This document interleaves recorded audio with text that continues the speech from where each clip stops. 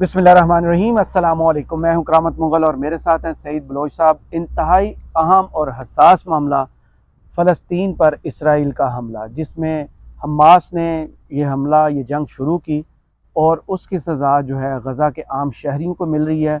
लोग जगह जगह इस पर खुशी मना रहे हैं, लेकिन पाकिस्तान में इस पर सियासत की जा रही है। वो सियासत ऐसे कि वज़ीर आज़म एक ट्वीट करते हैं और इसे एक वायलेंस का नाम दे देते हैं।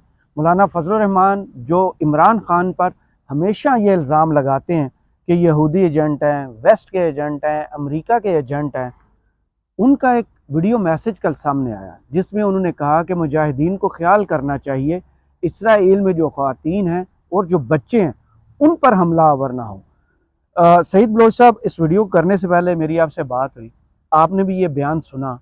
जो इल्ज़ाम इमरान खान पर लगता था, उनके दौरे हुकूमत पर ये इल्ज़ाम लगाते रहे यही मौलाना साहब यहूदी एजेंट हैं, इसराइल को तस्लीम करने जा रहे हैं। जगह जगह इमरान खान ने इसकी जस्टिफिकेशन भी दी, क्लैरिफिकेशन भी दी कि ये हुकूमत, हमारी हुकूमत इसराइल को तस्लीम नहीं करने जा रही। उन पर इल्ज़ाम लगता रहा यहूदी एजेंट होने का। मौलाना फजलुर रहमान का ये वीडियो मैसेज देखने के बाद क्या नज़र आ रहा है? यहूदी एजेंट कौन है और यहूदियों का दर्द किसे फील हो रहा है? बहुत शुक्रिया करामत मुगल साहब। देखिए, जो यहूदी एजेंट जिसको कहते थे आप, सबसे पहली बात तो ये है कि हमारा अपना दीन किसी भी किस्म के बहतान या इल्ज़ाम तराशी से सख्ती से मना करता है। कल या ग़ालिबन पेशावर में मौलाना साहब का या लाहौर में उन्होंने वो जब पिछले दिनों उनके बयान आए थे, उसमें भी उन्होंने इमरान खान पर एक बार फिर यहूदी एजेंट होने का इल्ज़ाम लगाया था, लेकिन सबूत कोई नहीं है इमरान खान के ख़िलाफ़। और सिर्फ इल्ज़ाम क्या है, सिर्फ ये है कि इमरान खान ने एक यहूदी लड़की से शादी की जिसने इस्लाम कबूल किया था, और इस्लाम कबूल करने के बाद उसने इमरान खान से शादी की थी। सवाल ये पैदा होता है कि अगर सिर्फ उसकी बुनियाद पर इमरान खान यहूदी है, तो क्या अहले किताब से शादी करने की इजाज़त हमारा दीन नहीं देता? उसको ये किस पैराए में रखेंगे? दूसरी बड़ी बात यह है कि मौलाना साहब के अपने एक मुफ्ती साहब थे जो इसराइल का मौलाना दौरा, अजमल शायद उनका जी नाम जी, था। जिन्होंने इसराइल का दौरा किया है, एक बार भी नहीं शायद 2-3 बार दौरा किया, खुफिया दौरा किया। पिछले साल भी गालबन एक वफद किया था, उसमें भी नवाज शरीफ ने भी बहुत भेजा था। जी जी। तो ये जो लोग उधर गए हैं वो इमरान खान ने तो नहीं भेजे। तो देखिए, बात वही है कि कुदरत जो होती है ना, वो जब अपने हिसाब से चीज़ों को इंसान के सामने हालातों वाक़यात को घुमा के, दुनिया तो एक ही है ना, घूम रही है। आज हमारी तरफ रात है तो कल को हमारी तरफ भी दिन आ जाएगा। तो आप आज जो बात करते हैं ना, वो घूम फिर के एक दिन आपके सामने वो ज़रूर आती है। तो मौलाना साहब PDM जो कुछ कहते रहे वो आज उनके सामने आ रहा है। इमरान खान के सिर्फ आज की बात नहीं है कि वो वज़ीर आज़म था तो उसने इसराइल की मजम्मत की थी। आप इमरान खान के 2011 से ट्वीट उठा के देखें, सिर्फ उनकी प्रोफाइल पे ट्विटर पे जाकर लिख देना गजा, तो आपको वो सारी ट्वीट फिल्टर होकर सामने आ जाएंगी जिसमें इमरान खान ने गजा का जिक्र किया हो। तो जहां पर गजा का जिक्र होगा वहां पर फ़लस्तीन की आज़ादी, आज़ाद मुस्लिम रियासत के क़याम का मुतालबा होगा और इसराइल की इमरान खान यही कहते हैं जो कायदे आज़म का स्टांस था वही हमारी हुकूमत का अब स्टांस। मैं देखें, जो कायदे आज़म का फार्मूला था, उन्होंने कहा था आज़ाद फ़लस्तीन की रियासत के लिए, वही हमारी हुकूमत का एजेंडा है। आपको पता है जब इमरान खान साहब की हुकूमत थी तो इनके ऊपर इसराइल को तस्लीम करने के हवाले से कितना दबाव था। जी।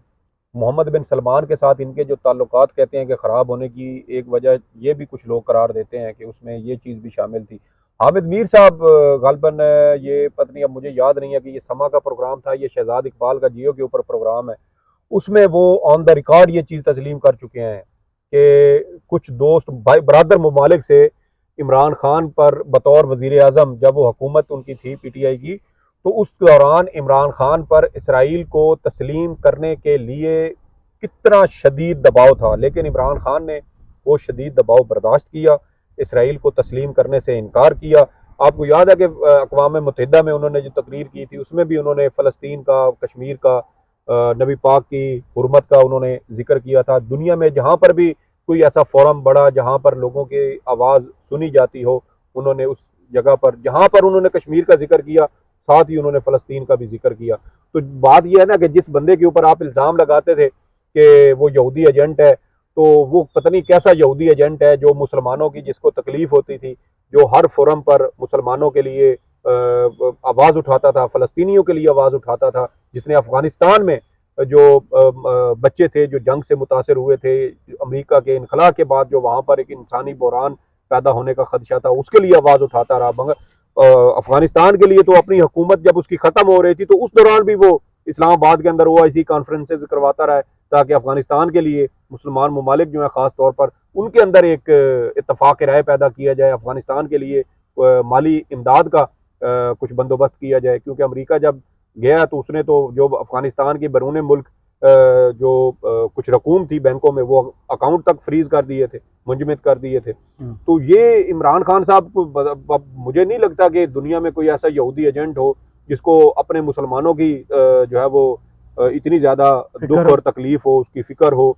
और दूसरी जानिब आप देखें कि जब भी किसी किस्म का कोई बयान, इवन के ट्रंप की जानिब से भी एक दो बार आया था, तो इमरान खान साहब ने फौरन, बतौर उस वक्त वो वजीर आजम थे, उन्होंने फौरन उसका रद्द अमल दिया था। और 2-3 बार तो हमने ऐसा देखा कि इमरान खान साहब के इन फौरी तौर पर दिए गए बयानात की वजह से अमेरिका काफ़ी हद तक वो मुहतात हो गया और इस तरह के गैर जिम्मेदाराना बयानात देने से गुरेज करने लगा। ख़ास तौर पर जब ये दहशतगर्दी में पाकिस्तान के हवाले से कहा जाता था कि पाकिस्तान ने अफगान तालिबान को सपोर्ट किया है और अमेरिका को जो है वो धोखा दिया है, तो उसके ऊपर तो इमरान खान साहब फौरी कहते थे। ये इमरान खान जिनने कहा कि रजीम चेंज के पीछे अमेरिका है, उसी अमेरिका का एजेंट मौलाना फजल रहमान बार बार इन्हें कहते हैं।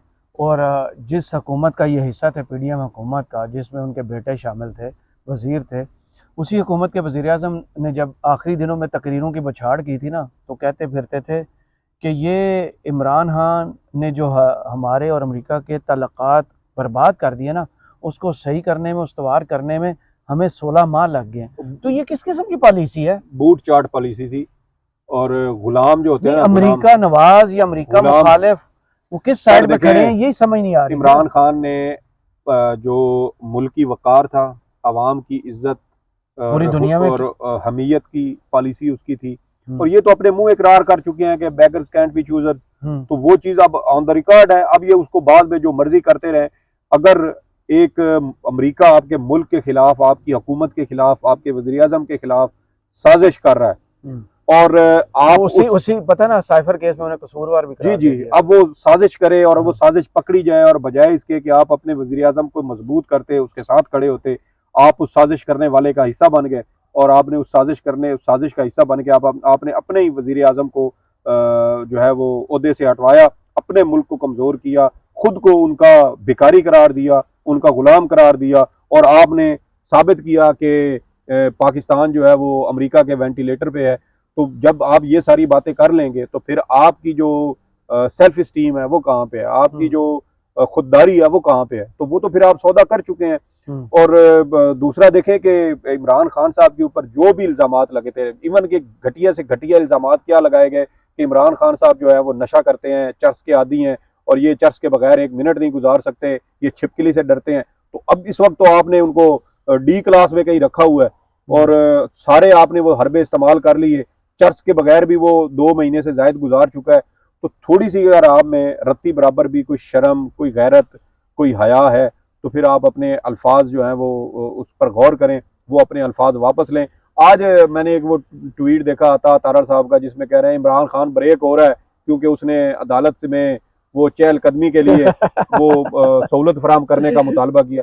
ओ यार, आप एक बंदा जो है वो कह रहा है जी मैं चहलकदमी करना चाहता हूँ, मैं चहलकदमी करना चाहता हूँ, क्योंकि एक बंदे की आदत है, सारी जिंदगी वो करता रहा है। वो नथिया गली जाता था तो वो वहां पर भी अपने बच्चों के साथ हाइकिंग करता था, ट्रैकिंग करता था। तो आप उसको कह रहे हैं जी कि ये टूट गया। मतलब ये है, ये अता तारड़ साहब की ये जो ट्वीट है, ये इस बात की तस्दीक है कि 2 महीने में इमरान खान के पाखाने के ऊपर भी कैमरे लगा के उसको जो है वो गर्मी के अंदर सहूलियात फराहम ना करके उसको, वो देखे ना वो एडिशनल डिस्ट्रिक्ट एंड सेशन जज की जो रिपोर्ट है जो 15 अगस्त की है, वो सामने है, ऑन द रिकॉर्ड है। वो सारे कुछ आपने करके देख लिया, और उसके बावजूद आज ये ट्वीट अता तारड़ साहब का ये इस बात की तस्दीक है कि इमरान खान अभी भी टूट नहीं रहा। पिछले दिनों किसी ने वो ट्वीट किया हुआ था कि इमरान खान साहब ने ये अडियाला जेल में कहा था कि मैं इनसे टूट नहीं रहा और इसकी वजह से ये बहुत ज्यादा परेशान और जिद हो रहे हैं। और उसी वजह से आप देखें आज कि उनकी बहन का भी है ना कि इमरान हक जो मर्जी करना है कर ले, इमरान हक खड़ा है, डटा हुआ है और सर वो टूटेगा नहीं। सर देखें, ये होती है कुव्वत इरादी। हम्म। जब आप एक बार कुव्वत आपकी, आपने इरादा कर लिया कि ये मैंने करना और है, जब आपके पास खोने को कुछ नहीं बचा।